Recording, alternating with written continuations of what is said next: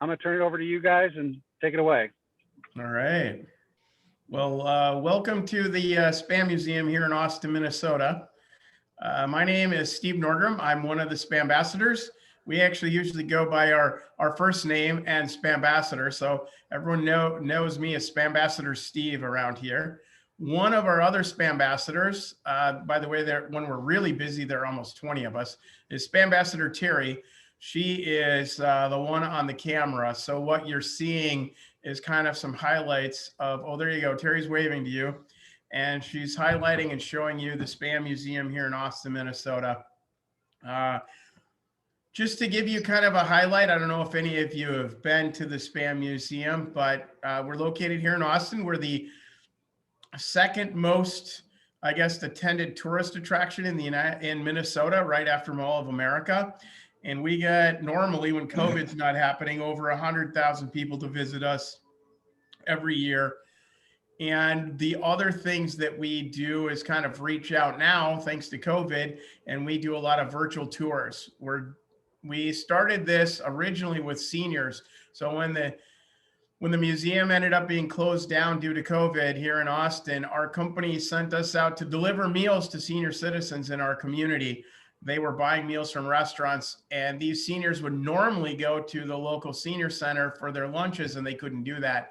We delivered up to 300 meals a day, every day of the week to the seniors in our community. But aside from that, and on top of that, one of our biggest groups of people that come to visit us was kind of senior citizens and people in community ed. So we reached out to them and started doing live virtual tours. We're one of the only museums in the country that are doing live virtual tours. We do these tours and customize them for all kinds of groups. We've had scout groups in particular from Hawaii because Hawaiians love their Spam. And so Hawaiians have come here on virtual tours. We've had other scout groups. A lot of 4-H groups are coming. And what you're seeing in the camera here is just kind of a real highlight of what you would see if you were in the museum touring. Our virtual tour is normally an hour long. And we profile not only all the varieties of Spam, but the history of Hormel Corporation here in Austin, Minnesota, and how it grew from a small little regional company to kind of the global food company it is today. And again, we can then tailor our tours to various groups. We do things about food safety and all kinds of things. And there, right there, you're actually seeing this secret Spam recipe. So if you wanted to make your own Spam, you could do that. There's the 6 ingredients that make up Spam. But again, if you wanted to have a tour tailored to your group, we can do that. We do lots of school groups that come and see us. We kind of missed out last summer. We have lots of scout groups that on their way, well, either to Philmont or summer camp, or I guess in years past, the National Jamboree and the International Jamboree would pass by and stop by. And we kind of missed a lot of that. So again, we're reaching out to groups to say, hey, if you want to do a live virtual tour, we'll do one just about any time you've got a large enough group together on. And we'll even do smaller standing tours every day, Monday through Friday at 2:00. We do tours. But the museum is designed, as I said, to profile kind of how Spam is made, where it came from, its history, as well as how food gets to people. How does that work? How has food packaging changed over the 20th century? And what does food look like now in the 21st century? A big part of the museum focuses on World War II and history, because Spam was brought all across the globe thanks to the U.S. military. And so we've got a big piece that profiles the U.S. military's kind of tie to Spam in World War II, as well as the Korean War, and even currently today. That picture you're seeing right there of the pilots in the plane and the Spamtown, USA plane, we just had someone send us in a mail.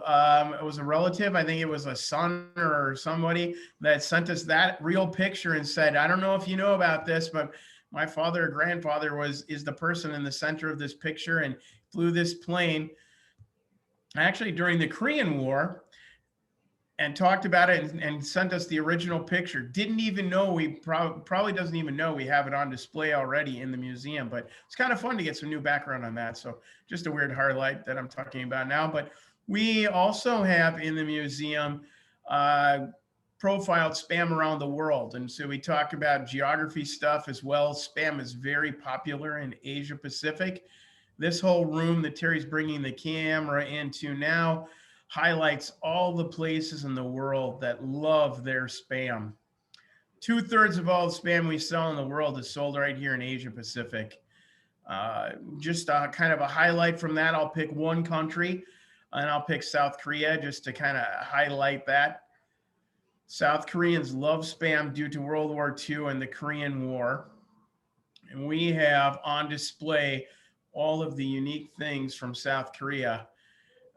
These unique foods as well as gift boxes. We've got spam sausage spicy stew. It's something that Hormel makes for the people in South Korea, something that they historically made for themselves. That you're looking at right there, that's the equivalent of Thanksgiving dinner in South Korea. That's where it fits in their culture. We have other foods available as well. They have kimchi fried rice and spam. And then we have the prized South Korean gift boxes. These gift sets are provided as gifts by individuals to family and friends to celebrate the Harvest Festival or the equivalent of Thanksgiving.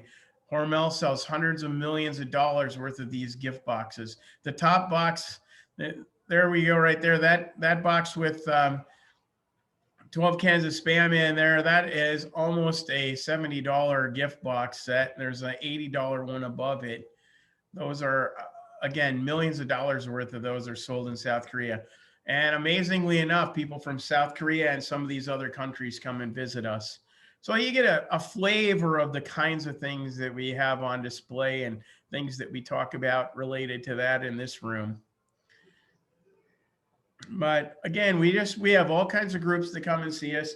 We can tailor these tours and discussions to just about anything related to cultural aspects of various countries. This is the Philippines.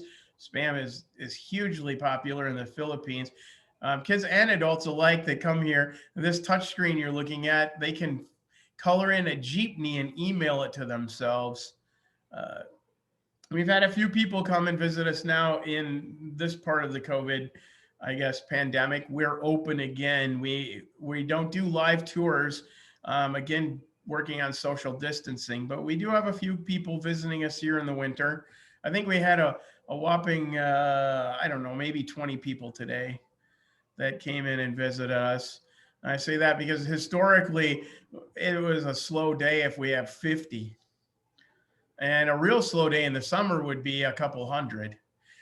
We are in the central part of the museum. There's some fun things on display here. We have the spam motorcycle, or not the spam, the Black Label Bacon motorcycle. This motorcycle runs on bacon grease, and it was driven all the way from Austin, Minnesota to California. It's a biodiesel motorcycle. Again, kind of some fun things we talk about there. There's an entire video that's associated with this that talks about a tour across the United States. So some people that do virtual tours with us, they make a bigger experience out of it. And one of the ways they do that is link to and utilize some of our other videos that are out on YouTube. And it's just kind of a fun tour across the country. We had a couple of groups from Hawaii that did a virtual tour across the United States. They did it as if they were going off to camp for the summer, and they did it in a way that they had to plan their trip and plan stops. And they did these virtual stops all across the country. And the rules were that they could only go as far as they could if they were really in a van driving across the country. So they stopped and spent a bunch of time with us in the Spam Museum. There are all the other brands that Hormel has. This is the thing that amazes most people, is all of the various brands that we have available or that Hormel sells today. It has transformed from a company that specializes in, I guess, packaged protein to a company that is making all kinds of foods globally across the globe. with a heavy focus here in the Midwest. And of course, pepperoni being one of the big ones that we have available. Hormel makes a significant portion of the pepperoni that's served in the United States today. In fact, they make a significant portion of all pizza toppings served in the United States. I always like to tell a little trivia fact. Most people aren't aware of this. Canadians do not eat a food item called Canadian bacon. That is a term that Hormel actually invented for what became a pizza topping and used in a few other things. So again, Hormel has some deep ties to those kinds of things. We have our Project Spammy over here. I can talk about that for a few minutes. Project Spammy is a program that we run here out of Hormel Company runs. It is a early childhood development program that Hormel runs in Guatemala, and Hormel employees go down to Guatemala and have set up these learning centers in Guatemala, and kids enroll in them. And every year, millions of dollars worth of this food product called Project Spammy, which is a fortified turkey spread, is provided to these kids to help them in relation to their malnourishment and lack of protein in their diet. But these centers do more than that. They're also early childhood education centers, and they have worked to help kids get in and through school. And our company's very proud of this. One of the communities that we worked with a couple of years ago, the first kids to ever graduate from high school in their community came out of this program, and Hormel gave all of those kids college scholarships to go on to school. There's a kind of a fun little picture on the wall adjacent to this that shows two girls pictured. The taller girl, she's 13 years old. She went with her family on one of these Project Spammy trips. The girl next to her is also 13. And this really, I think, highlights and showcases how much impact the lack of protein can have in a child's development, with this girl looking nowhere near the same age as the taller girl standing next to her. And so we're very proud of the fact that Project Spammy now has impacted a whole generation of kids starting in their infancy, where they were provided this product. This product is not sold anywhere. It's only given away in Guatemala. And I was actually honored to be able to be one of the people that went on a Project Spammy trip for Hormel. So there you go. We did a really quick run around the museum. I know Terry might be able to take you into the Spam shop. We have one of those as well. And and our Spam rocket, I forgot about that. We'll probably, all the kids love to talk about our Spam rocket. And again, there's another video related to this. This rocket has flown multiple times. This is model rocket on a grand scale. This rocket was flown, and you can see it. Here's the stats on it. It flew over 22,000 feet as its maximum altitude. Kind of a fun little story. There's a video associated with this as well out on YouTube, the Spam rocket. There's also a Skippy rocket. Hormel is also, Skippy's one of its brands. And this is just employees having fun. So if any of you are out there fun Spam fans and you have any fun things that you've ever done, you certainly have put the word Spam on it. We'll probably put it in our museum. Here's the Spam shop that we have managed. Hormel has managed to put the word Spam on just about everything. And we have it available here in the Spam shop for people to purchase. And of course, Spam as well. There are a few other highlights I didn't talk about. There are lots of Spam recipes out there. The last group I talked to, we have a Spam recipe here in the museum that is a Spam butterscotch cookie recipe. I'm waiting for the day I hear that a scout group in the Dutch oven or something made some Spam butterscotch cookies. We have all kinds of recipes and things on file. And again, so just kind of unique. And here's all the different varieties of Spam that we have available these days here in the Spam shop. So again, we always encourage people or say, here's a great opportunity. The museum itself, if you show up in person, is a free museum tour. We can set up, well, now we can't, but someday when COVID comes to an end, we will be able to give in-person tours with groups that are interested in coming down and doing that. We also work with the Discover Austin group, which is our Conventioners and Visitors Bureau, and we can help you kind of plan a whole day. We do a lot of joint activities between the Spam Museum and the Austin Nature Center, the Hormel Nature Center here in Austin, which is pretty magnificent. They have winter and summer programs going on, and we do joint activities where groups come and experience kind of both of these things and a few other things as well. So again, just throwing those ideas out there for any of you that are interested in that kind of stuff. And again, it's all free. Our virtual tours are free. These things are free, and we're always willing to engage in the community. And if you've got an idea, it may be not too crazy, pitch it to us, and we may be able to help in some way, shape, or form. So there you can see the front doors you'd come into the Spam Museum. And I guess outside Austin here in the dark. I probably talked long enough, so I will just throw this out to all of you. Do any of you have any questions at all about what you've seen here, or I guess ideas that we've thrown out, or I guess even a story or a comment if you've come to visit us here at the Spam Museum? I got a comment. For Christmas, my son loved Spam, so I got him a case of Spam, a Spam cutter, and a new fry pan. Wow. That was Christmas. Wow, That's he should live in South Korea. Tell him he's gonna have to move, or Hawaii. He would fit right in. The Spam cutter was the best. Oh, really? The whole can fits there, and he can cut the whole thing at once. And he That thinks is that's the great. best, huh? Can I Yeah. give you I could give him a tip for that cutter. What's that? Okay, so you know how you put the Spam, so you put it in one way so it slices it all in Yeah. once, right? So slice it all, grab it and flip it, cut it again, and you'll have Spam fries. Oh, I'll tell him that one. Yep. That's a big thing in other places in the world. Yeah. And sometimes they even put breading on them, but they deep fat fry them and eat them just like Yeah. French fries. Oh, that's great.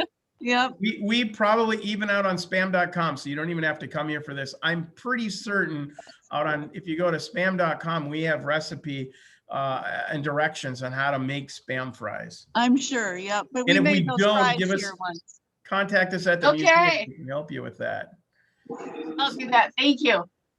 All right. Seeing as we have a big Spam fan, we definitely want to help that out. Any other questions or comments? Steve, if they're interested in setting a virtual tour, how do they go about doing that?